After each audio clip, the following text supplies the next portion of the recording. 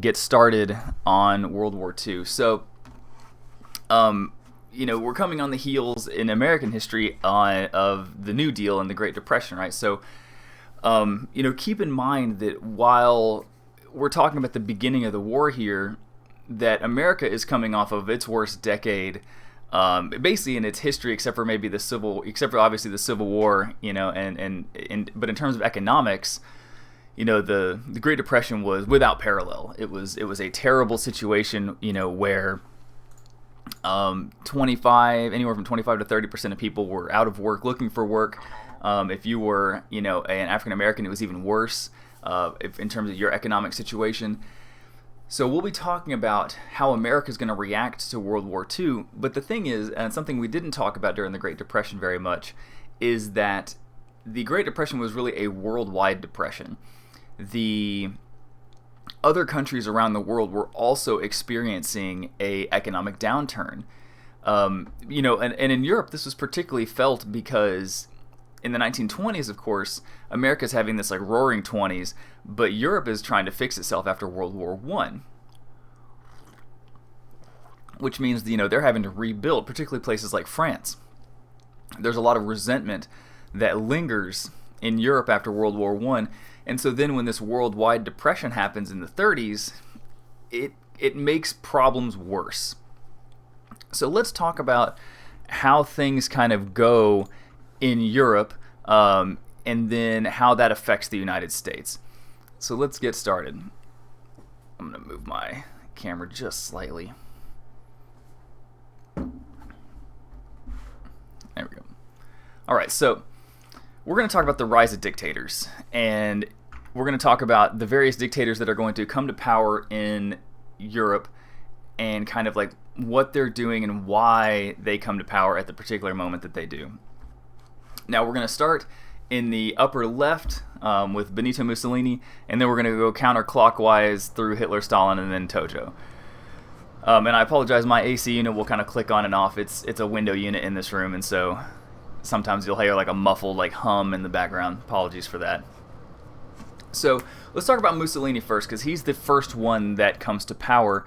Mussolini comes to power in 1925 in Italy, and Mussolini was a strongman authoritarian. He was a very much kind of like a dictatorial figure. In fact, many people argue, and if you've read a number of books on Adolf Hitler, that the idea of fascism comes from Mussolini and not Hitler, actually.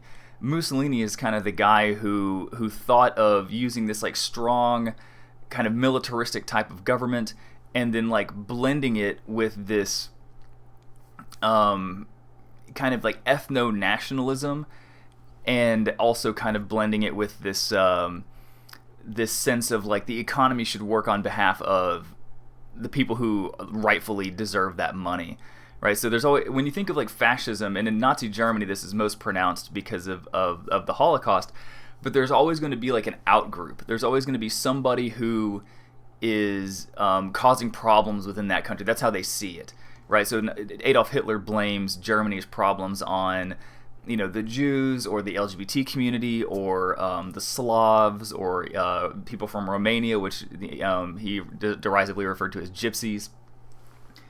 And fixing the light. And so Mussolini is actually kind of the original fascist. He is the guy who comes up with that idea, and Adolf Hitler idolized him. When Adolf Hitler comes to power, he uses a lot of the same tactics that Mussolini did. For example, when Mussolini comes to power in Italy, he has this group, this kind of unofficial army that he called, that became known as the Black Shirts. And they were basically just street thugs. They would go around and beat people up. They would show up at, communist or left-wing demonstrations and harass people, get into fights, cause trouble. And of course, the problem is that because the Black Shirts had supported Mussolini, they didn't get in trouble, but the other people did. So Mussolini is kind of the first kind of dictator, I suppose, to take charge, that's going to play a key role in World War II. Just a few years after Mussolini takes over Italy in 1925, 8 years later, in 1933, Hitler rises in Germany. Now, Hitler's rise in Germany was kind of a long time coming. Now, I don't have time to kind of recount the whole thing, but throughout the 1920s, Germany was really struggling. The Versailles Treaty that ended World War I was very punitive. It made Germany accept blame for the war, and Germany got tacked with this huge reparations bill, meaning that Germany had to pay. They owed money to all these other countries that were involved in World War I. Basically, Germany not only got blamed for the war, but then had to pay everybody back for the war, and it was just this massive financial burden. And they just couldn't pay it off. And so in the 1920s, Germany has this really weak government called the Weimar government. You don't need to know a lot of this detail I'm telling you. I'm just trying to give you kind of an idea of what's going on in Europe. And the Weimar government was incredibly weak, and over time, Adolf Hitler and his Nazi party gradually gained power, eventually to the point where Adolf Hitler seizes power and becomes the Führer, the kind of the leader, king figure, I suppose. It's not quite that easy, but he gets elected into power and then eventually kind of seizes power. But Hitler's idea of Germany was this idea of a German ethno-state. He believed that Germany should exist solely for the Germans, so Germany for Germans, and he believed in the idea of Lebensraum. Lebensraum is a German word. Germans love to take words and kind of smash them together to mean something. So Lebens means living, and Raum means space. So it means living space, Lebensraum. And Hitler argued that the German people need more room to grow. And the reason why he believed that is because Hitler believed that Germans were kind of the height of civilization, right? The so-called Aryan race, this idea of German supremacy. And really kind of, you could even broaden that to Northwest European supremacy. And so this is very ethnocentrism, right? He is, or ethno-nationalism. He believed that Germany was the greatest, and he rises to power by preaching that, and also by demonizing other groups to get there, right? That Germany's problems don't come from Germans, they come from these other groups that are causing all the problems.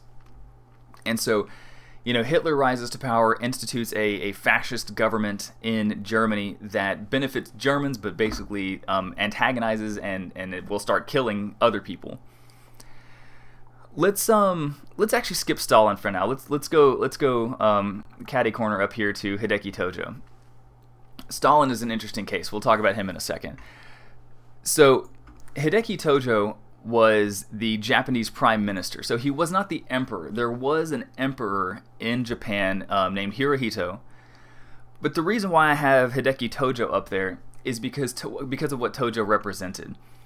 So, and we'll talk a little bit more about this here in a minute, but Tojo was kind of emblematic of Japan's recent drive to become an empire.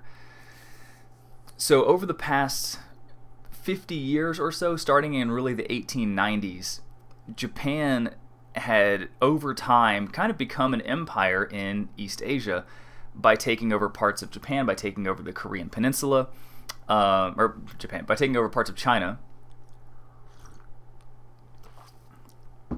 And very similar to Hitler, Hideki Tojo believed in this idea of kind of Japanese ultranationalism, this idea that the Japanese were kind of if not the superior race, this fervent belief in that everybody should be willing to die for their country. And so Tojo and a lot of these military leaders that are similar to him believe that the Japanese country, Japan as a country, needs to take its rightful place among the other imperial powers, like the United States or Germany or France or Spain or Britain. All those countries had empires, and the Japanese were well, we could do that too. We should do that. That's our destiny. And so when Japan starts creating an empire, that's actually what's gonna foreshadowing. This is what's gonna cause conflict with the United States, because when they start creating an empire, they're going to start encroaching on American territory, particularly like the Philippines, which America controlled as a colony at this point. So the last guy on the screen is Joseph Stalin. Joseph Stalin was the leader of the Soviet Union. So he was a leader of the Communist Party in the Soviet Union. And he came to power in 1924. The way he came to power was that Vladimir Lenin, who was the leader of the Russian Revolution in 1917, he's the guy that kind of started the whole, the communist movement in Russia, so to speak. Vladimir Lenin dies in 1924, and Joseph Stalin, who was really a low-level politician, outmaneuvers everybody to become kind of what the Soviets called him the premier, meaning it's sort of like the president, kind of. However, Stalin was a really interesting person. If you ever read books on Stalin, he's incredibly paranoid. He believed that everybody was just out to get him constantly. And this is actually going to make things very difficult for the Russian people. For example, in the 1930s, Joseph Stalin carried out this thing that becomes known as the Great Purges, where he literally rounds up intellectuals, professors, military people that he didn't agree with, other politicians, and basically just accuses them of being disloyal, of being traitors, and just has them thrown into secret prisons. Many of them die there. And so this guy, Joseph Stalin, was, a brutal dictator and famously paranoid. And at first, and we'll talk about this in a second, at first Joseph Stalin is actually going to be friendly with the Nazis and the Italians, and then he's going to join America's side kind of halfway through the war. And so we'll talk about kind of how that, how Stalin is going to start on one side and then shift to the other. But so now that we have all the leaders laid down, let's talk about kind of how the war gets started, how people end up controlling large parts of Europe. Now, I don't have time to kind of detail this in great detail, because this is an American history class, not a European history class. But Europe is weary of war, right? Particularly the French and the British don't want to fight another world war. There's this sense that there's just this kind of tiredness around the idea of fighting a war. And so when Germany particularly is going to get aggressive in Europe, these other countries don't want to step up and stop him. And that's exactly what's going to happen. Is Hitler is going to, because of this idea of Lebensraum, this idea of living space, right? This idea that the German people need to expand, Hitler is going to start taking control of other countries. Now, you don't need to know this. I'm just going to kind of give you some ideas of what's happening here. So if you look on the screen, right here in 1936, Hitler mobilizes this area called the Rhineland. The Rhine, Americans would call it the Rhineland. The Rhineland is an area of the country that's very close to Belgium. This is literally, if you're following this arrow right here, this is literally the path that the Germans took to invade France in World War I, just right through Belgium. And so, according to the Treaty of Versailles, Germany was not supposed to have any troops over here in this area called the Rhineland. And in 1936, Hitler says, well, we're going to mobilize our military in that area. This was prohibited by the Treaty of Versailles. And so, in theory, the League of Nations, the thing that was created after World War I, should have stepped in and said, no, we told you, you can't have any troops there. But they didn't do anything. They just chose to kind of let it go. They chose to let Hitler kind of have his troops right on the border of Belgium. And this is going to start a thinking process for Hitler. He's going to realize, well, if the Europeans aren't going to stop me, I'm going to keep pushing the envelope. I'm going to keep trying things and see what I can get away with. Same thing 2 years later. You can follow the map here. 1938. Germany annexes this country right here called Austria. It's a whole different country, and they just take it over. Reason why is because there were German-speaking people there. And so he was like, well, if there are German-speaking people there, they need to be part of our nation, right? Because they're ethnically German. And again, the European powers don't do anything. Then a year later, 1939, he takes over this area called the Sudetenland, which is part of Czechoslovakia. It was actually part of Czechoslovakia, but there were a significant amount of German-speaking people there. And so Hitler takes that part over as well. And at every step of the way, the European powers appease Hitler. In fact, the British had this whole policy they called appeasement, where they basically decided, like, well, let's just give Hitler this thing, and then he'll stop asking, right? If we just give him this one thing, maybe that'll be the end of it. And of course, it never was. And so this is what's going to set the stage for war in Europe, is that Hitler over time is just claiming all this territory, and there's no one really stopping him. The same thing is kind of happening over in Asia. That Japan, as I mentioned earlier, in the early 20th century, is starting to take over parts of Asia. It starts right here. They take over the Korean Peninsula in 1905, and then eventually they're going to get even more aggressive. In 1931, they invade this area here. This is the Korean Peninsula right here. They're going to get even more aggressive and invade into Manchuria right here. And then eventually they're going to march all the way down this Chinese coastline right here into what was called French Indochina.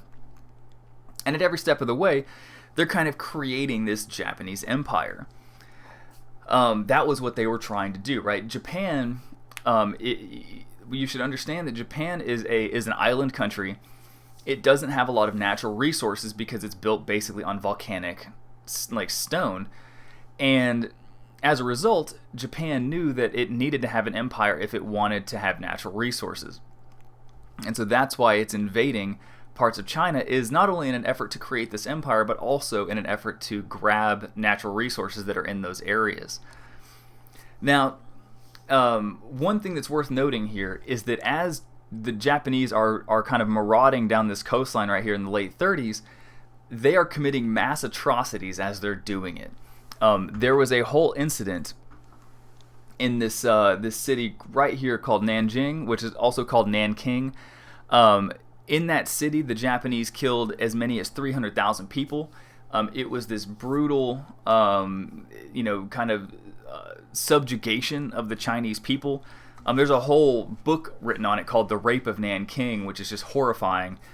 And the thing is, the Chinese fought back vehemently, but the Japanese, and this is way too much information, you don't need to know all of this, but the Japanese caught the Chinese kind of off guard, because in the 1930s there was a civil war going on in China between, like, kind of communist forces out here in kind of the countryside, and the cities who were, like, largely kind of stacked up on the coast. And so when Japan invaded, it really destroyed large parts of the nationalist forces, and the communists are going to be the ones that fight back against the Japanese during the war itself, during World War II. So it's a complicated situation over there, but that's one reason why after World War II, the communists are going to be able to take over China, because they didn't bear the brunt of the war as much as the nationalists did. But again, that's too much information, so we'll just move on.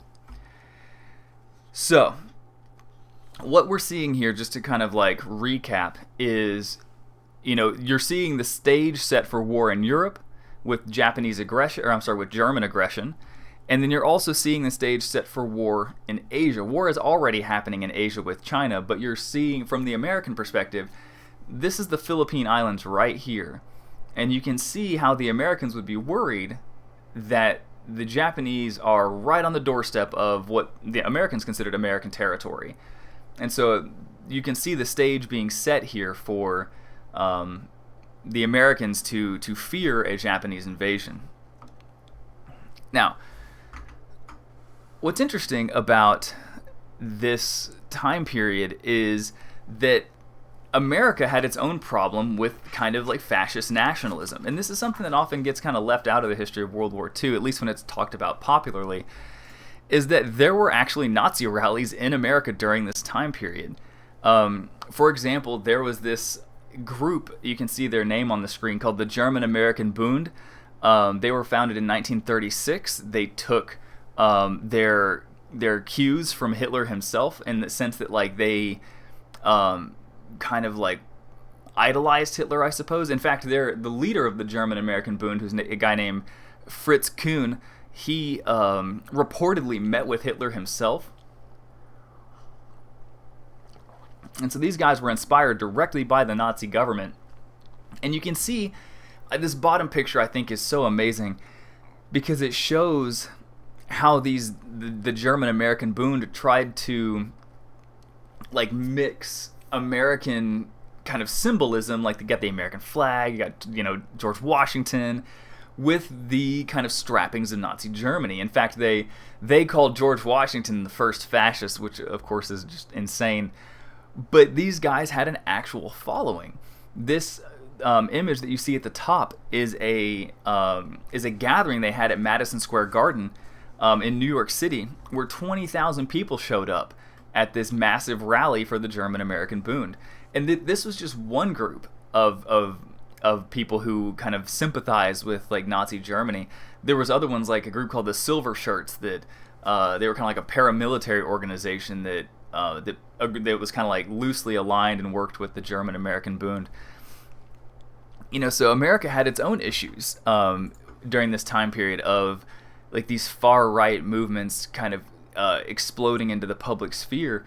And remember, this is during the time of the New Deal, right? So on the one hand, you got, you know, FDR and trying to rebuild the country and you know, give job programs and all this kind of stuff.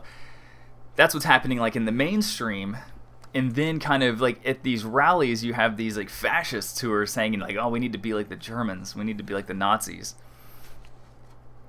So what does America decide to do when it looks like war is going to start breaking out in Europe? As things get really tense over in Europe, the United States starts to say, you know what, this isn't our problem. In the 1930s, Americans really returned to that isolationist idea that they had clung to for about 100 years. You know, if you remember, those of you who had me for 1301 will remember this. Hopefully those of you who didn't also know this, is that when George Washington stepped down as president after his first term, he said basically, hey, we need to avoid, you know, getting involved in European affairs. Like, that's not going to do anything good for us. Thomas Jefferson said after his presidency, or during his presidency, that the United States should avoid entangling alliances with the Europeans. And so there was this sense amongst Americans after World War I, they were like, well, we're not doing that again, right? That was a huge mistake. You know, we don't want to get involved in another war. And so during the 1930s, Congress starts passing all of these neutrality acts.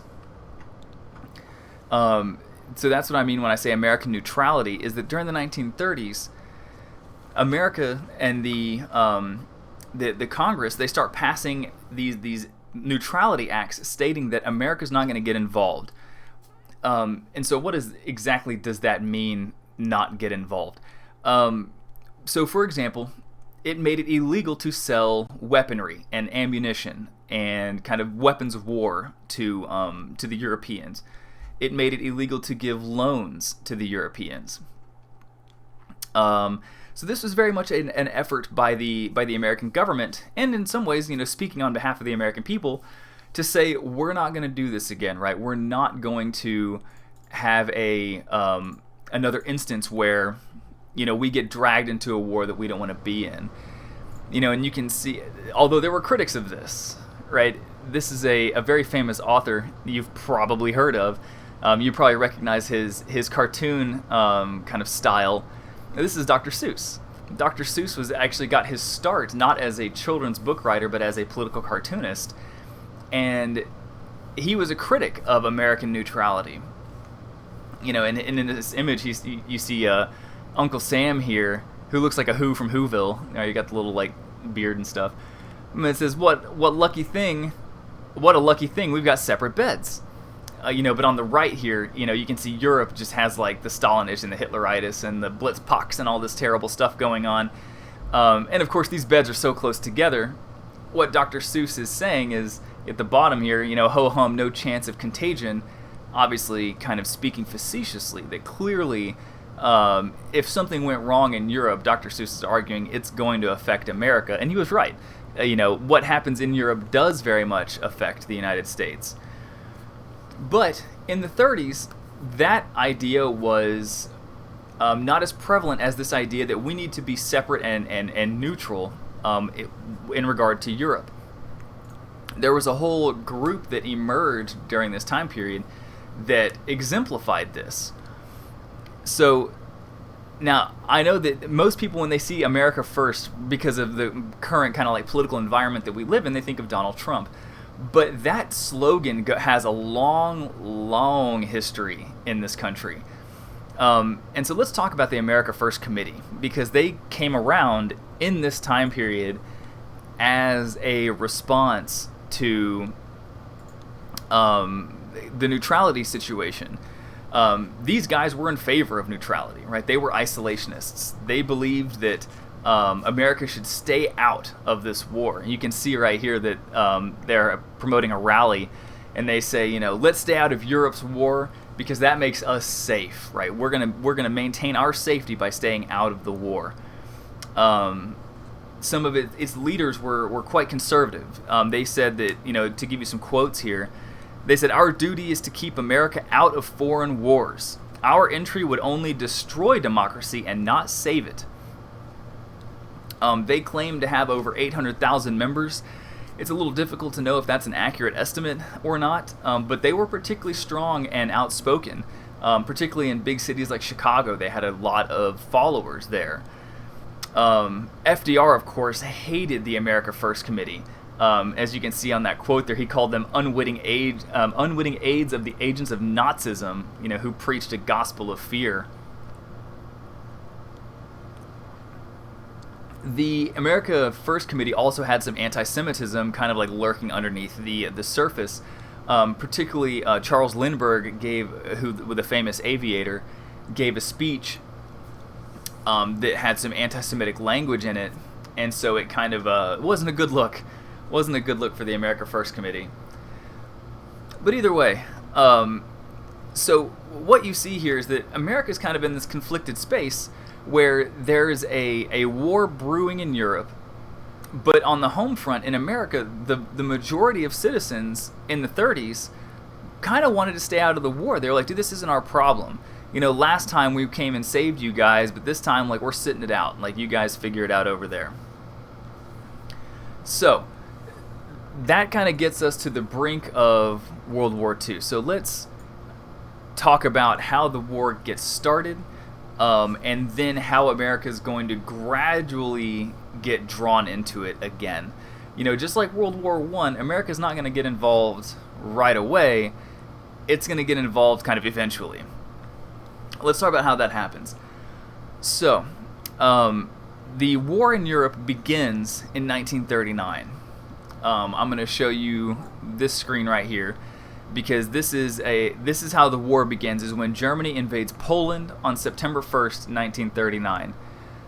So this is the beginning of World War II. All the stuff that had happened before that, you know, all like the annexation of Austria and the claiming of the Sudetenland and the militarization of the Rhineland, all of that was kind of a prelude to the war. But the invasion of Poland is what actually starts the war itself. The Germans unveiled their new military strategy in this invasion, which they called the Blitzkrieg. I'm sure some of you have heard of this military tactic, the Blitzkrieg. Blitzkrieg is, again, one of those German words that kind of like takes two things and puts it together to make a new word. Blitz means lightning and Krieg means war, and so it's like lightning war. And what the Blitzkrieg did was, it was like a really, really rapid, fast-paced advancing of troops, you know, covering lots of miles in a very short period. They would basically, if I had a whiteboard, I would draw it on there right now, but basically what they would do is they would mass their troops in a few specific locations. So if this is the defense, you know, they wouldn't attack the whole thing. They would hit one particular part with like all their troops in order to break through the line, and then they would push into the country as far as they could go. And ultimately, it was a really effective form of fighting, because most people, you know, once you're past the first wall, well, you're inside. You're inside the country. And so Germany realized that if they could just get through that first line of defense, that they could effectively go really deep into a country and then start winning, easily. And so the Germans push in from there. This is Poland right here, of course. They push in from Western Poland. They're pushing east. At the same time, the Soviet Union, Stalin, right? He's here again. They push in from the east. They're pushing west, and they kind of meet up here in the middle of Poland. Now you might be wondering, like, what are the Soviets doing? So the Soviet Union always kind of considered Poland part of the Soviet Union. They didn't like the idea of Poland being a separate country. And so basically Nazi Germany kind of claims the western part of Poland, and the Soviet Union claimed this part of Poland right here, and Poland basically just ceased to exist. This kind of shows you that the Soviets were like quasi working with the Germans to a certain degree. In fact, they signed this non-aggression pact called you don't need to know the name of it. I think it was the Molotov-Ribbentrop pact, basically saying they weren't going to attack each other. Now, Stalin knew that probably wasn't going to last, but it did buy him a couple years of not having to fight the Nazis. All right. So that's the invasion of Poland. That's what gets everybody. That's what starts World War II. The next thing that happens, it won't happen for about another 6 months or so. Like the war is like kind of calms down in Poland, and then there's like this waiting period for a few months where everybody's on edge, like what's going to happen. And the next thing that happens is Germany invades the Netherlands, Belgium, and France, kind of all at the same time. This is May 1940. And so Germany, just like World War I, sends troops through Belgium into France and effectively takes over all of France within a matter of weeks. This was a really shocking event for the people of Europe because France at the time had one of the largest armies in the world, and they got conquered within just a matter of weeks. And so then, if you think about it from like a geographic perspective, Germany also invaded parts of Scandinavia, and so by the time you get to 1941, this is Nazi control of Europe right here. Switzerland was neutral; they did not participate in the war. Sweden was holding out on their own, but Norway and Finland up here are under control of Nazi Germany, and the Nazis have basically taken over, or are allied with, in the case of Italy, basically all of Europe. The only people standing against the Nazis are the UK, right, the British, and the Soviets. Remember, the Soviets started off with a non-aggression pact, meaning we're not going to attack you, you don't attack us. But in 1941, Germany, of course, attacks Russia. It was not a surprise. The Russians were not surprised that the Germans attacked them. They almost expected this. That's one reason why people speculate that Stalin signed the non-aggression pact, was just to kind of buy himself some time, so that he wouldn't have to fight the Nazis like right away. They invaded into Russia, but got bogged down, as you can see kind of right here in this like lined area right here. The Nazis invaded the Soviet Union, but they got bogged down in the Soviet Union because, as you can see, they took a lot of land very quickly, and then as they got further into this area right here, it starts to get harder because the winter starts setting in. The German troops weren't very well prepared for it, and the Russian people at that point are really dug in. Like there are very important cities up here like Moscow and St. Petersburg, Stalingrad, and some of these other cities that the Russians are going to fight very heavily to keep. So, if you look at this map right here, by 1941, the Germans control almost all of Europe. The Soviet Union now is allied with the British because once the Germans attacked them, Stalin was like, "Oh God, like we need allies," and so he allies with the British. And so that's kind of what the alliance looked like in 1941. Is it's the Soviets on one side, the British on the other, but the British have been pushed all the way back to just their island, right? They're not on the continent anymore. and the Nazis are just bombing them with air raids every night. The Nazis would fly planes over and just bomb British cities. So in 1941, things are looking pretty grim in Europe, right? The Nazis look almost unstoppable. So what is America doing during all of this? Let's talk about what the United States is doing during all of this mess that's going on in Europe. So Franklin Roosevelt wanted America to be involved in Europe. Franklin Roosevelt was a pretty internationally minded president. He, if you guys remember when we talked about the New Deal and we talked about Roosevelt's kind of upbringing, his past, he grew up, in a wealthy family, and part of his childhood he spent overseas in Germany and in France, and he learned parts of different languages and stuff, and so he was a very kind of international type person, and so he believed that America needed to get involved in this war. And he really didn't like the neutrality agreements. He didn't like the idea of America remaining neutral. But it's what the people wanted, right? That's what Congress passed.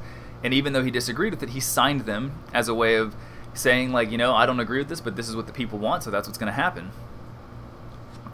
But he's going to start taking steps to loosen some of those neutrality agreements.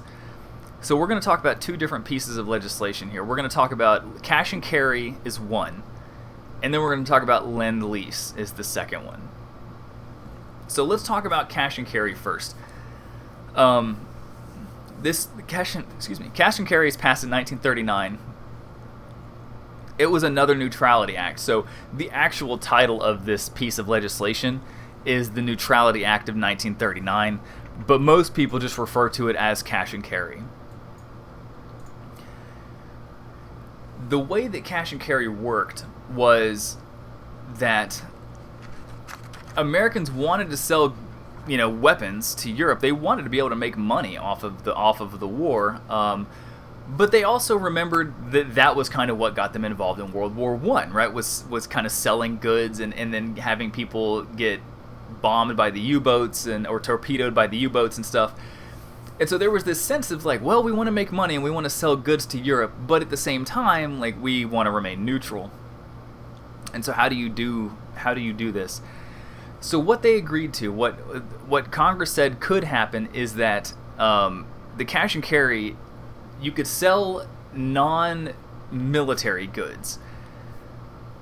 You could sell food, for example, or textiles, right? Wood, things that might be necessary in Europe, but that they're not weapons of war. But there's a catch. There's a catch to this. So it's you can sell this stuff, but the countries who are buying it have to pay in cash, and they have to carry it on their own ships. That's why this was called cash and carry. Is that the countries who were buying the material from the United States had to basically bring their ships over to the U.S., they had to pay cash and then cart the stuff back over on their own ships.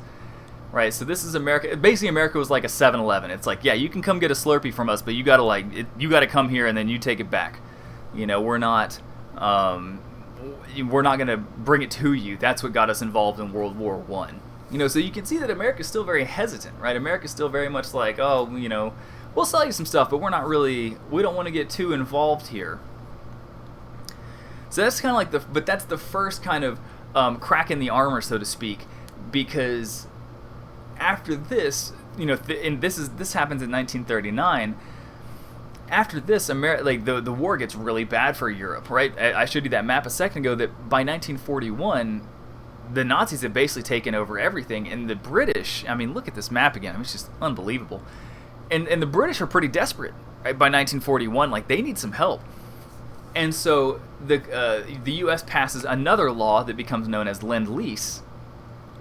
And this time the Americans are going to start trading, and I use that word specifically, trading.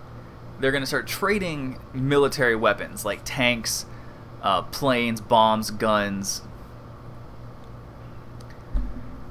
So, and you maybe wonder why I use the word trade. Another word that you could use would be lend, right? Because The act is called Lend-Lease, and the reason why it's called that is so America would say, oh, we're going to lend you some weapons, and in response, we get to lease some of the British naval bases, I believe. The Britain had a ton of naval military bases around the world, and America was like, yeah, we'll let you use some of our weapons if you let us use some of your bases. So it's kind of like a quid pro quo. Like, yeah, we'll lend you some weapons, you let us use your bases. And so this is where America is really starting to get more involved in the war, because now not only are they trading things like food, but they're also selling lending. They're lending the British like oil, ships, as you can see in this picture, tanks, rifles, bullets. Right, so they're really, and they're not doing this for the Germans. And that is something I want to drive home, is that the Americans are not lending stuff to Nazi Germany, so they're very clearly helping one side. And I think that's an important thing to remember, is that, from Nazi Germany's perspective, like, they can see what's going on here, right? They're not stupid. They realize that the Americans are helping the British fight against Nazi Germany. However, the Lend-Lease Act, many people consider to be kind of like the first step towards America's involvement in the war. In fact, at the time, the people who were isolationists really, really hated this law. There was a guy whose name was Hiram Johnson. He was a congressman from South Carolina, and he called it the wickedest piece of legislation that has ever been presented to the American Congress. Another senator whose name was Robert Taft, and he was a very conservative man, kind of becomes like one of the predecessors of the conservative movement in America. He said that war, meaning war for America, is even worse than a German victory. So there were politicians in America who, like, they looked at the situation, kind of devolving in Europe, and they were like, yeah, so what? Germany wins, doesn't affect us, not a problem. Which in hindsight, for us today, it's like startling, because American victory in World War II is such an important moment for the United States as a country. But at the time, these guys are looking at this war and being like, no, it's not our problem. But ultimately, cash and carry and Lend-Lease aren't what's going to get America involved in the war. What's going to get America involved in the war, of course, is Pearl Harbor. Pearl Harbor is the single most important event in terms of like getting America involved in the war, because this is when America gets attacked by the Japanese. Now, I'm going to explain a little bit about why this attack happens, because there's some misunderstandings here, I think, about why the Japanese attacked Pearl Harbor and whether or not it was an actual surprise attack. So everybody knows the story of Pearl Harbor, but if you don't, I'm going to tell it, that early in the morning on December 7th, 1941, December 7th, 1941 is one of those dates that just lots of people just have memorized. It's an important date, because this is the day that America basically gets involved in the war. And so on the early morning, December 7th, 1941, Japan launches fighters and bombers off of its aircraft carriers that were stationed out in the Pacific Ocean. They fly over Pearl Harbor and bomb it with no warning or anything, right? So, and then they leave, right? And it's this shocking moment for the American public. America had never really been attacked on its home soil in this manner, right? America had fought wars before, obviously. They fought the War of 1812 with the British, right? They fought the Mexican-American War against Mexico, but this was the first time in a long time that another country had just come over and attacked the United States. And for many people, it seemed unprovoked, right? They couldn't believe it, because a lot of people were just like, what did we do to the Japanese? So let me kind of explain like why Japan does what it did, and kind of what the consequences of that act were. So earlier I mentioned that Japan was a kind of like a resource-starved nation. They didn't have a lot of resources, which is one of the reasons why they were creating that global empire. And as a result, part of the way that they were able to kind of propel the engines of their imperialism was through American oil. Japan was very dependent on the United States. In fact, so you don't need to know these numbers, but I think they're striking. So Japan imported, meaning they needed from foreign countries, they imported 90% of their oil. 80% of that 90%, so the vast majority of the oil they imported came from the United States. Right, so they were literally relying on American oil to win these wars in places like China and in Manchuria and in, Korea. So in 1941, after watching Japan attack China for a number of years, Franklin Roosevelt said, we're going to put an embargo on our oil. We're not going to sell Japan any more oil. And what this did was it kind of highlighted, it brought to the forefront Japan's economic or energy insecurities. Japan couldn't continue doing what it was doing without American oil. And so it was kind of left with two choices. It could either stop fighting in China and kind of give in to America's demands. America's demand was basically like, hey, stop fighting in China. Stop attacking these countries. Or they could attack the United States. Now, that seems like a weird binary, like, well, why couldn't they make a deal or something? But what you're seeing here in the Pacific Ocean is two totally different ideas of what the future should look like in the Pacific.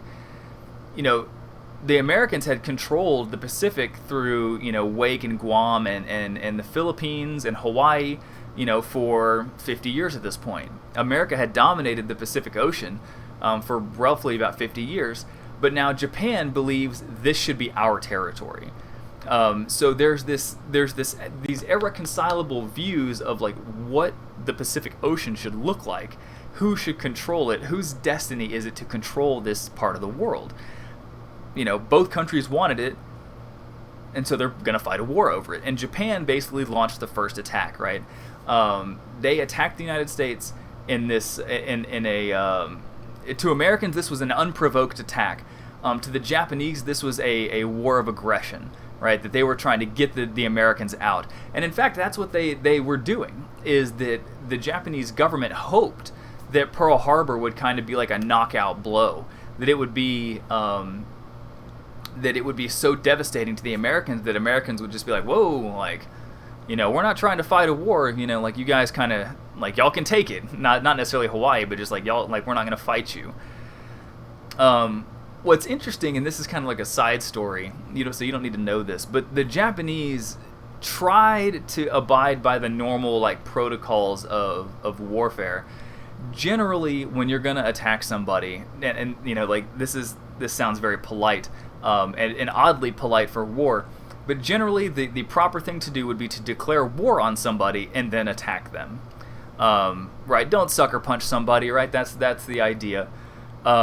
And so Japan actually sent a person, a diplomat, to issue a declaration of war to the United States the morning of December 7th, 1941. But for a bunch of different reasons, he wasn't able to deliver it. So when Pearl Harbor happened, the Americans were like, this was a surprise attack. Y'all hadn't declared war yet. Fortunately for the United States, that there is one silver lining to this moment, because the Pearl Harbor attack was devastating. It killed thousands of Americans. It destroyed a ton of battleships. But the Americans got lucky in one very important way, and that was that their aircraft carriers weren't present. Aircraft carriers are going to be the currency of winning the war in the Pacific. Because a battleship can only affect the range of its guns, right? It's just a mobile cannon, essentially. Whereas an aircraft carrier is like a mobile command unit, right? It's got radar, it's got all this, this new technology on it, and it has planes. And the planes can just take off from your aircraft carrier and go attack something like way over there, and then come back and get refueled and stuff. And so the Americans got really fortunate, in a weird way, that their aircraft carriers weren't there to get attacked. Because if they had gotten attacked, it might have been just totally devastating. Everybody has, at least a lot of people my age, have family members who fought in World War II. And my wife, her grandfather was actually at Pearl Harbor. He was one of the people who who fought in Pearl Harbor. My family members were not there. I'll tell you where they fought here in a bit. So, another thing that bears mentioning, and I don't have a map of it, or do I? Okay, I don't. That's okay. So, Pearl Harbor wasn't the only place that Japan attacked. They also attacked Guam, and they attacked the Philippines. They invaded the Philippines and took it over, which we'll talk a little bit more about here in a bit. But so, basically what the Japanese did was they staged this like multi-pronged attack on multiple things the U.S. controlled, multiple places the U.S. controlled, in an effort to try to like get the U.S. out of the Pacific. And one of the reasons why Pearl Harbor was so shocking for Americans is because of how close it was to the United States. Right? I mean, Pearl Harbor was a state, right? Hawaii was a state. It was a place that America had controlled for 50 years. And so the fact that the Japanese had the audacity to attack that close, like on the American homeland, people were shocked. So, let's talk about how America responds. Franklin Roosevelt, the very next day, has this big high-profile meeting with all of his cabinet members. They talk about what they're going to do about it, and he gives this very famous speech where he says that yesterday, December 7, 1941, a date which will live in infamy, the United States of America was suddenly and deliberately attacked by naval and air forces of the Empire of Japan. He asks for a declaration of war, and he gets it. Interestingly, the declaration of war was not unanimous. There were 389 people in the House of Representatives who voted for it, and one person voted against it. Her name was Jeannette Rankin. She was a congresswoman from Montana. She was a pacifist. She didn't believe in warfare, even in the face of attack. And so she's the one person who didn't vote for World War II. But I always use this as an example of saying it's impossible to get everybody to agree on anything. Because World War II seemed like getting attacked by the Japanese seemed like the most no-brainer situation where you declare war on somebody, and there was even one person who was like, nah. So, how is America going to respond to this? Well, essentially, America has to mobilize, because so let me explain something about American military history, and that is that traditionally after wars, the American government would draw down the military. So like after the Civil War, they significantly reduced the number of troops. After World War I, again, they significantly reduced the number of troops. And so what was happening is when World War II gets started, America's like, oh God, like we gotta create a military again. We have to boost enrollment numbers, and we have to get the country kind of ready to go, because America was very much not ready to fight a war at this moment. So, just like in World War I, the government's going to step in and kind of take over parts of industries. They're going to start demanding that, large manufacturing companies start making weapons of war. So like if you were making, pinball machines or whatever, it's like, congratulations, you're making rifles now. If you make cars, congratulations, you're making Jeeps, and we need these things on the front lines, and so we need you guys to make them. They started implementing various restrictions, like rationing. To ration means to limit, right? To limit how much you're eating or consuming of something. So like if you have a really nice, cake or a pie, you don't want to eat it all at once. Although in quarantine right now, maybe you do. I don't know. But the idea of rationing is that you don't want to eat everything all at once because you want something, for other people to have, right? And so the government actually launches this campaign to convince people that not to consume everything they can, right? To not go out and buy every single roll of toilet paper that exists. And so they start setting limits. And you can see in this propaganda poster right here on the left, it says, without rationing, this woman's going to buy every single can of whatever this thing is. But with rationing, you can see they each get one, and the store still has more to sell to other people. And so, rationing was a way to try to convince Americans, like, hey, we all need to share, we're all in this together. And you can see, of course, on the right here that this is encouraging people to not only use ration points, because you only had a certain number of things you could buy at the store, but also to jar or to can your own food. Right, so if you're growing these vegetables and stuff in your backyard, it is encouraging people to try to have, they call them like victory gardens. Create these gardens where you don't have to rely on the things that we could send overseas. Also, I think worth noting here is that both of these posters are geared towards women. Women played an incredibly important role in World War II. Particularly in the home front. Obviously, women played an important role over in the military side of it as nurses and other things. But on the home front, a lot of the propaganda posters are actually geared towards women. Because women were seen as because a lot of the men went off to war, and so women were seen as kind of like the driving force behind protecting the home front. And so these rationing posters are all aimed at at mothers essentially. Like these are young women, presumably housewives or moms of some kind, but there were other ways too.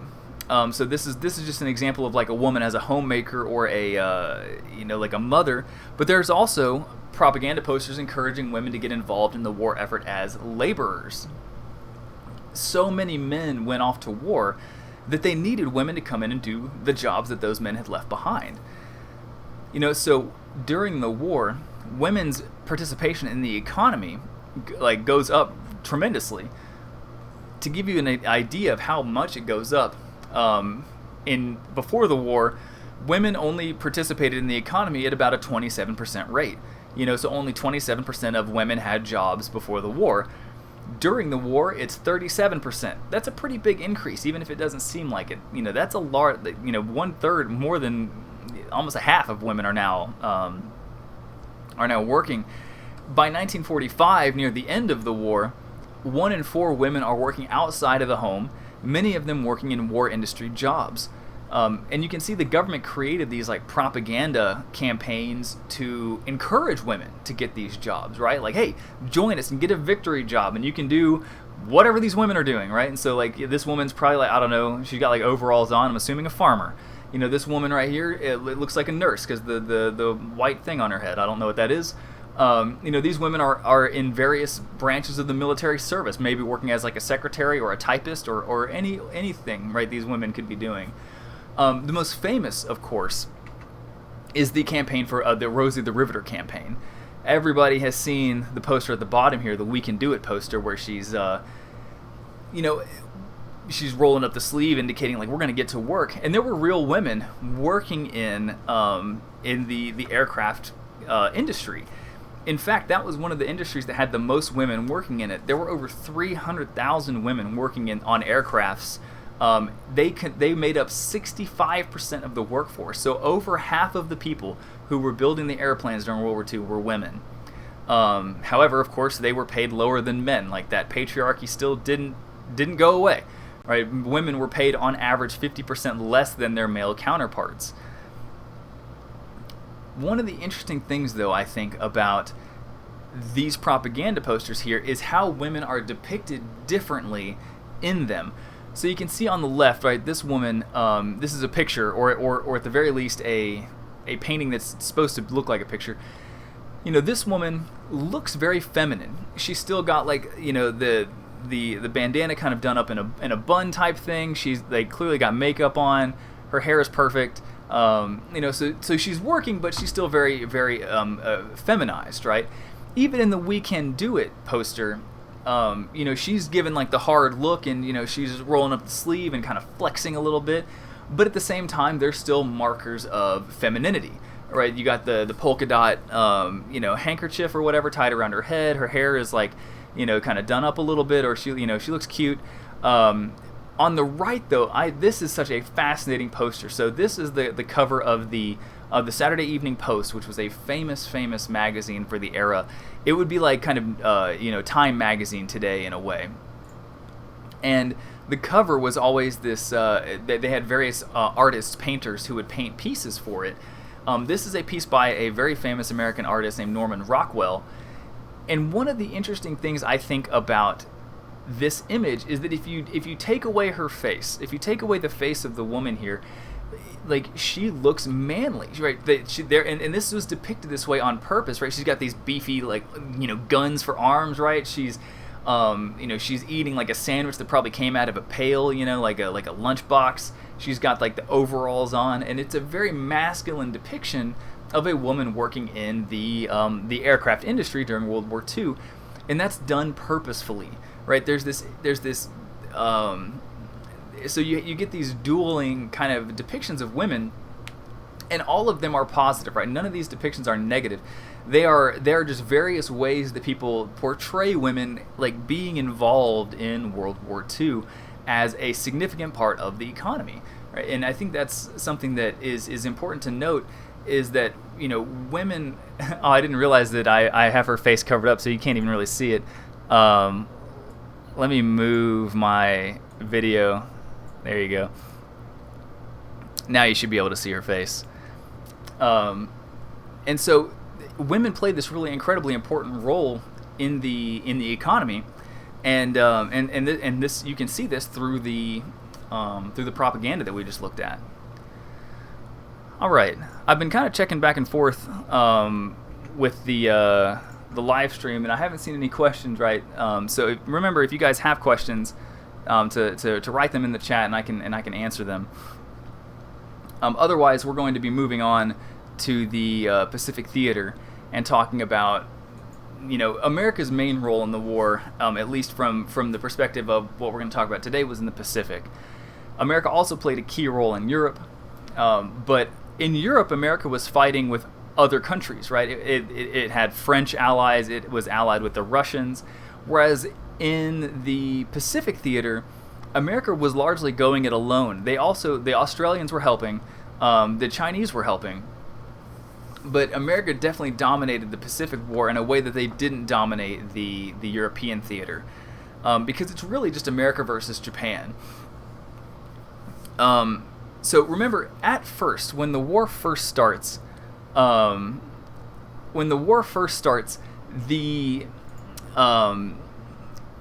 on the defensive, right? If you look at this map right here, this is the map I was talking about earlier that I didn't have. This is Pearl Harbor right here. Okay, so Pearl Harbor's right here. This is Wake Island. The Philippines are down here, and this is the Dutch East Indies. These three were the big attacks on the day of Pearl Harbor on December 7th, 1941, and they were all victories for the Japanese. And so right off the bat, America's on the defensive, struggling to kind of gain a foothold against the Japanese. So America kind of has to like claw its way back into the war, just like I said earlier that America had to mobilize because it wasn't really ready to fight. Well, part of that now is rebuilding its navy, right? So America's kind of having to like buy time to start winning these victories. So you can see some of the first big victory for the United States is down here at Coral Sea. You don't need to write down like all these victories here. Like that's I'll tell you the really important battles are on the outline there. Guadalcanal is also a very bloody, important battle. I was talking about relatives that fought in the war. I actually had a relative who fought at Guadalcanal. His name was Morris Wayne Huntington. He fought at Guadalcanal, and he will also fight at Iwo Jima, which is up here. But so America has to kind of like claw its way back into the war, and it does so very slowly. But we're going to talk about the kind of the turning point of the Pacific Theater, the moment where America is kind of like able to take back the offensive, to be the aggressor in the war, and that was the Battle of Midway. So Midway is just a little bit away from Hawaii. If I go back, I can show you. It's right here, and you can see that it's pretty far away from Japan, but it's very close to Hawaii. The reason why Midway was important is because Japan figured that if they could take Midway, that would give them a kind of like a forward base, so they could attack onto Hawaii or even perhaps attack into the mainland U.S. So this was a really important strategic battle for both the Japanese and the Americans. The Japanese were confident. They had won some key victories already. They had the naval superiority heading into the battle. They had more aircraft carriers present at this battle. But there was America got lucky in a couple of ways. One is that America had some incredible code breakers that worked for the government. They had, to give you an idea, the American military code was created by Navajo Indians.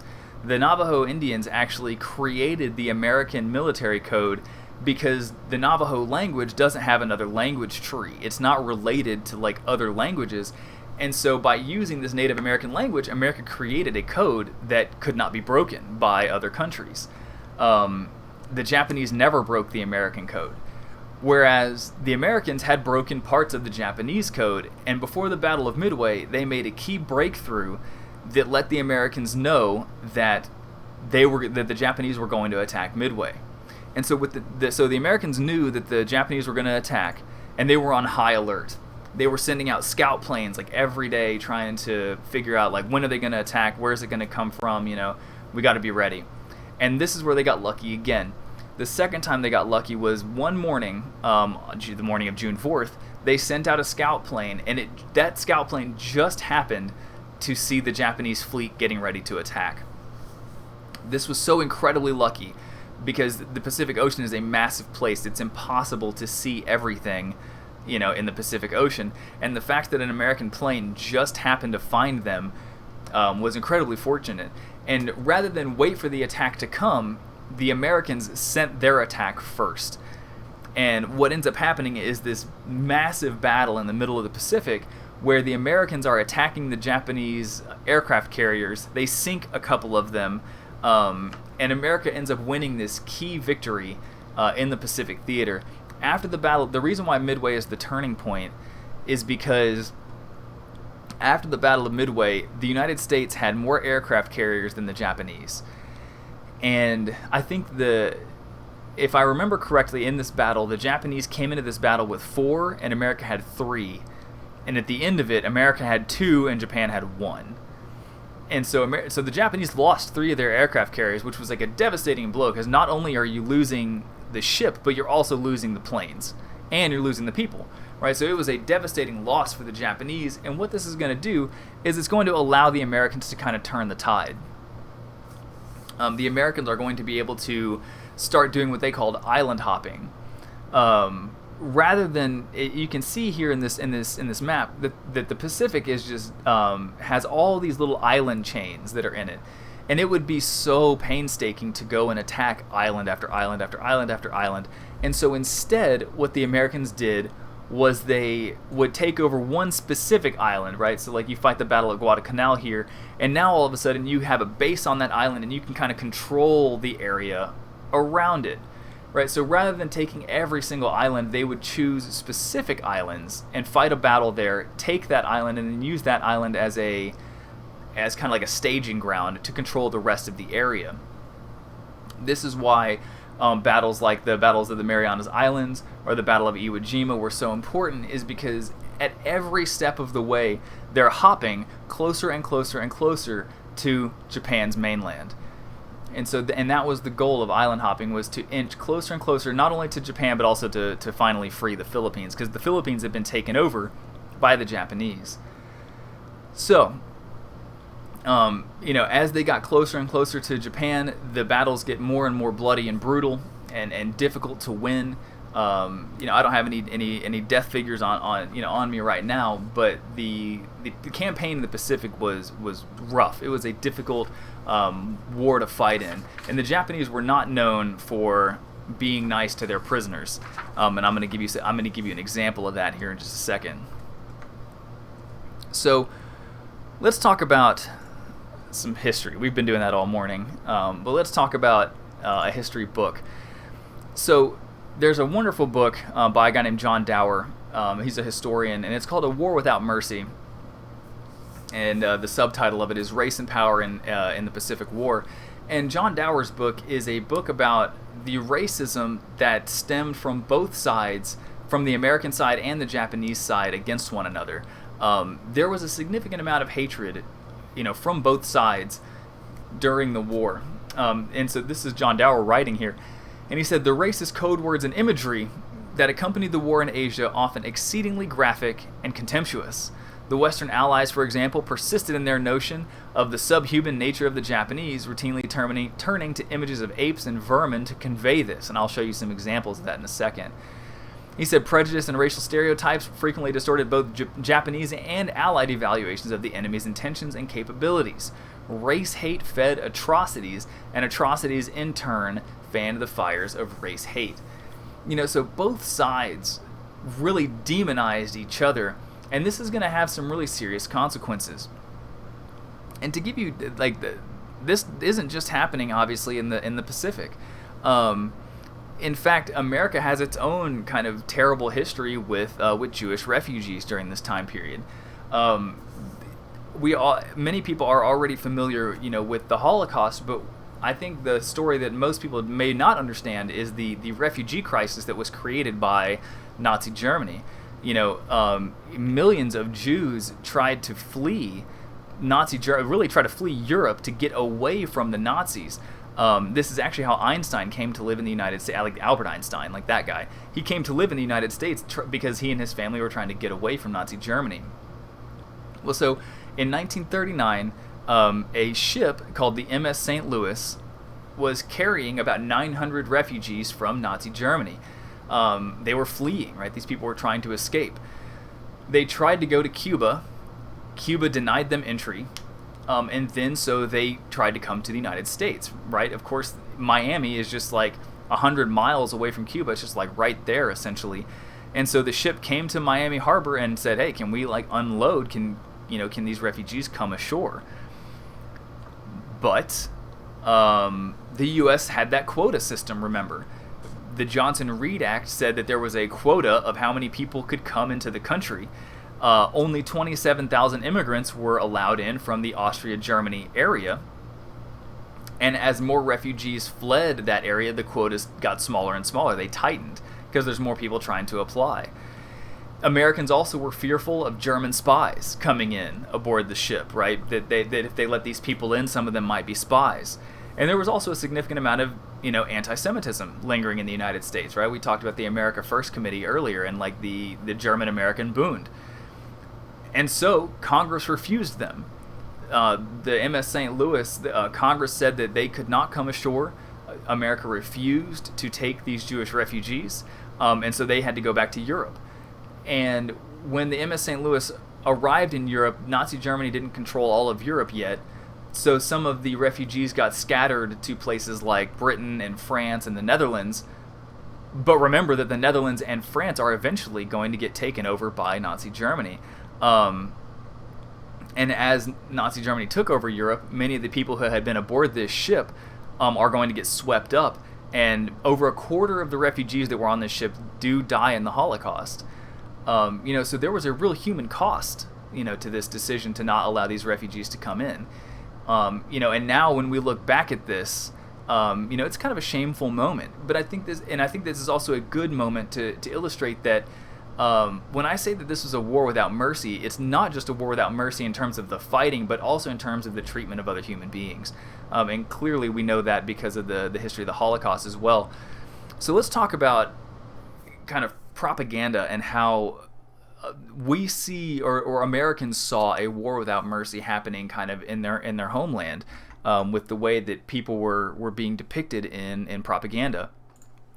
So here you see a couple of examples of American propaganda, right? The term Jap was used as kind of like a racial derogatory slur as a way of demonizing in a way the Japanese.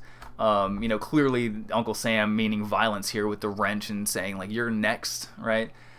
The image on the right, notably, which was printed by Texaco, which was a Texas-based oil company, has a very racist kind of depiction of, I believe that's supposed to be Hideki Tojo, and it says, go ahead, please take day off. Note the stilted English there, right? This is not perfect English.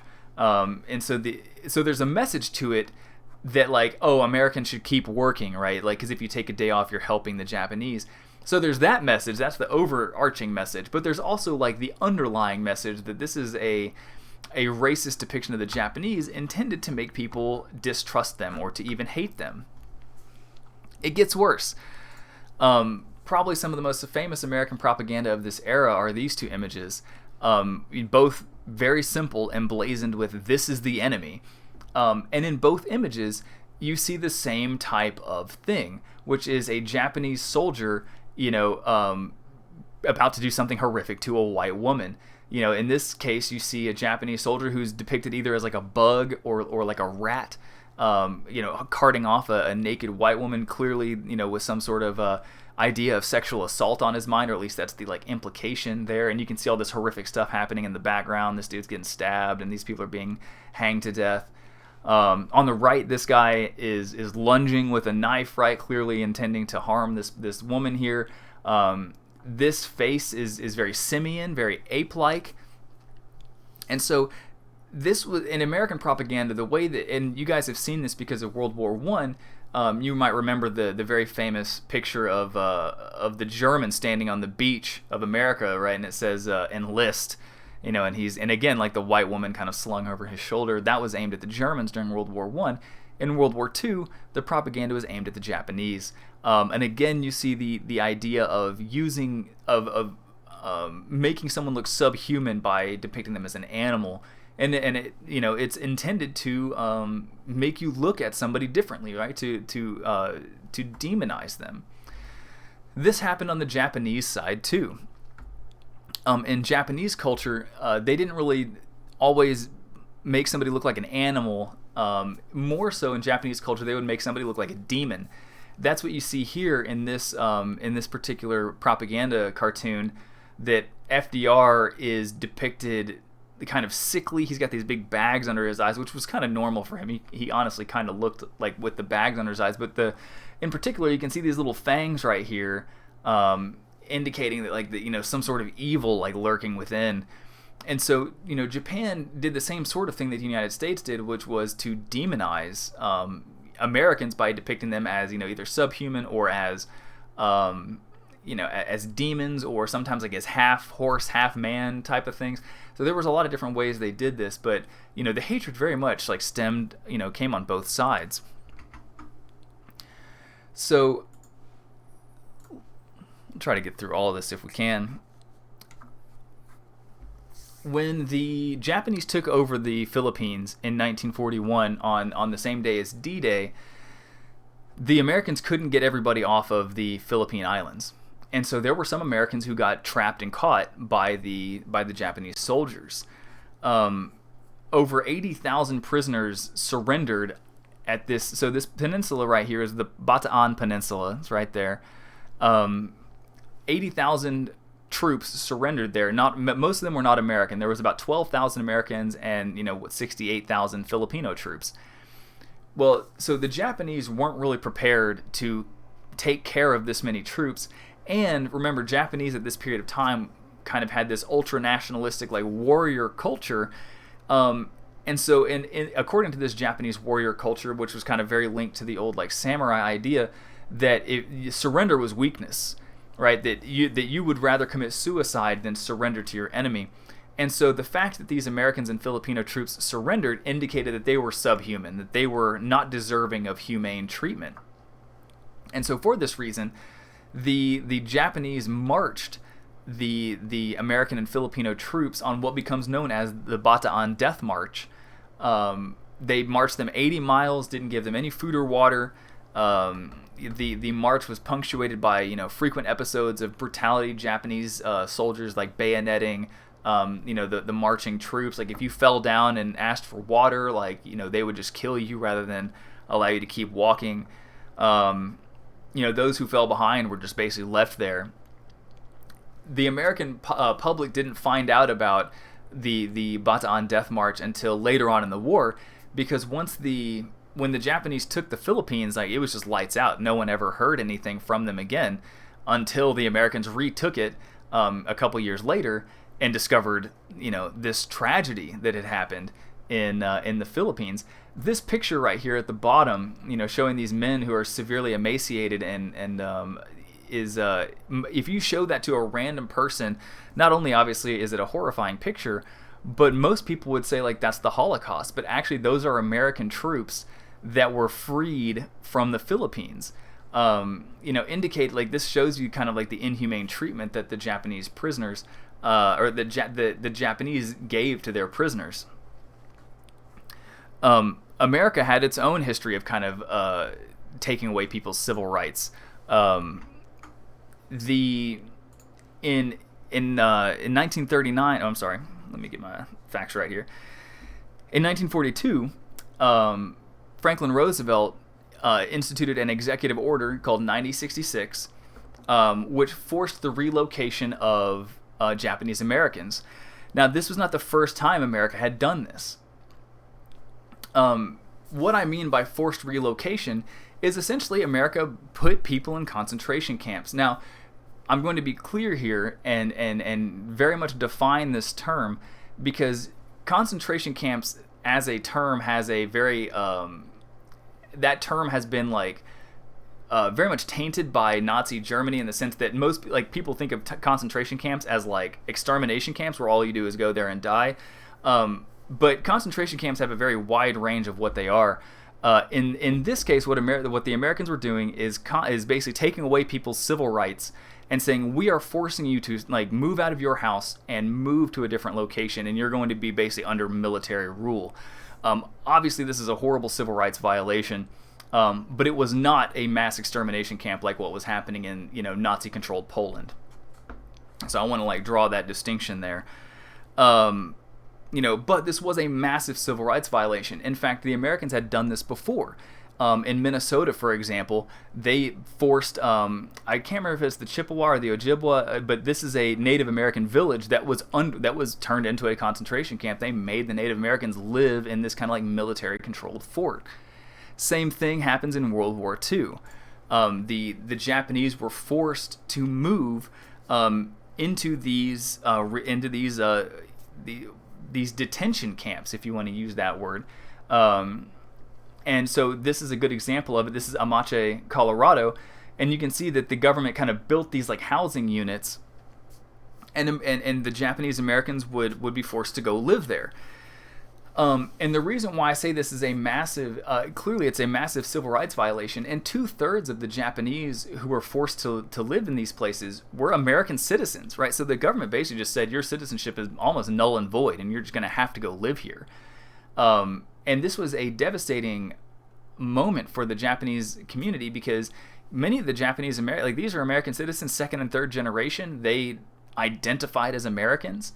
And many of them lost a lot of their wealth their money when they were forced to move into these camps, because they had to sell their homes for pennies on the dollar, and so the Japanese community that had kind of like built itself up over the past like 3 generations in a place like California, now all of a sudden have basically been stripped of all their rights and are now having to live in these these concentration camps. The camps did have basic services. They had like schools and hospitals, but they had poor housing, and obviously a loss of any sort of economic agency or civil rights. They couldn't have jobs, like they didn't have any civil rights, like no voting rights or anything like that, obviously. All told, 130,000 Japanese were moved into these concentration camps over the course of the war. And you can see right here how many of them there were. You can see there are so many of these internment camps. Internment camps is, I believe, the term that the government used back then to describe them, because they were interning the Japanese there. There is one down in Texas, in Crystal City, and you can actually go and check it out. They have a big kind of museum type thing there. Crystal City housed both Japanese citizens and like American citizens who were Japanese, and German POWs. And so there were many Americans who thought that this was a clear violation of the Constitution, and it did go to court, but the Supreme Court actually upheld it, which kind of blows the mind that the Supreme Court was just like, yeah, this is fine. Like it's fine to just strip people's rights away during a time of war. But what this, I think, illustrates here is the amount of mistrust that Americans had towards the Japanese during the war, right? And this mistrust was fed by the government, right? If you look back at the propaganda we just looked at, right, the government is kind of fueling this this mistrust, right, that was already present amongst Americans after Pearl Harbor. Perhaps, the most obvious example of a war without mercy is the bombing of Hiroshima and Nagasaki. This happens in August at the end of the war, and Germany had already surrendered by this time. This is August 1945, and Japan refused to surrender. America was basically on the doorstep. They had made it all the way to the gosh, what is that island now? I can't think of it. I'm gonna go back and find the map. Okinawa, thank you. Okinawa right here. They had made it all the way to Okinawa, and Okinawa was supposed to be the staging ground where they were going to actually invade the Japanese mainland. But the problem is that people had done studies on how many Americans might die if we invade Japan. Some estimates were as high as 1 million, like 1 million American troops dying to invade, if we invade Japan. And so President Harry Truman, FDR had died a few months earlier, and we'll talk a little bit more about FDR's death after a while, probably next time. But Truman was now president, and rather than risk American lives, Truman chose to use nuclear weapons. America had just created the nuclear bomb just literally like a month or two earlier. They had tested it, I believe, in July. And so just a few weeks later, they go from testing it to using it on a human population. The bomb on the left that you see, that big mushroom cloud, which is kind of iconic for nuclear weapons, hit the city of Hiroshima on August 6th. That was Hiroshima was chosen because it was a large city. It was an industrial and military center. It wasn't a military base, but it did have a lot of industry that helped the military. There was a base there. I'm sorry, but all told, roughly anywhere from 90 to 140,000 people were killed. We don't know exact numbers. It's just impossible to know. So after the bombing of Hiroshima on August 6th, America asked the Japanese if they wanted to surrender, and Japan continued to say no. And so then 3 days later, on August 9th, America dropped the bomb on the city of Nagasaki, which was a port city, one of the largest seaports that Japan had. This time it kills anywhere from 40 to 80,000 people, the vast majority of which were civilians. So the grand total of dead from the bombings of Hiroshima and Nagasaki was roughly anywhere from 130,000 to 220,000. Just this massive amount of casualties from just 2 bombs. This is the only time that nuclear weapons have ever been used on a civilian population ever in in human history. After the bombing of Nagasaki, Japan decides to surrender. And so August 9th is kind of seen as the end of the war. Japan will sign a peace agreement and end the war. And so I think that the kind of ending with the bombs is not only the end of the war, but it's also a good way of illustrating that this war was in so many ways a war without mercy. There was so much race hatred, as John Dower put it, in the war itself, not just over in Europe, from the Nazis, kind of oppressing and murdering Jews and other people in Europe, but also the Americans, right, and the Japanese being brutal towards each other. So